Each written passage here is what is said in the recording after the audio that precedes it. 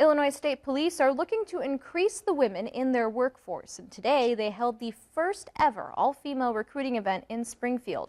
It's part of the 30 by 30 initiative. By 2030, ISP hopes to increase the number of women by 30%.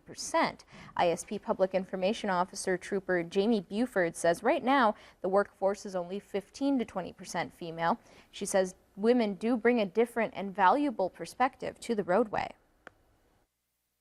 They might be more compassionate about, certain situations. Sometimes if you're investigating a certain crime, for instance, maybe a sex crime, that female, that victim might feel more comfortable talking with a female officer than she would a male. Buford thinks interest in law enforcement as a career dropped between 2020 and 2022, but says it's increasing again. The starting salary for an ISP officer is $90,000 with benefits, including retirement pensions and tuition reimbursement.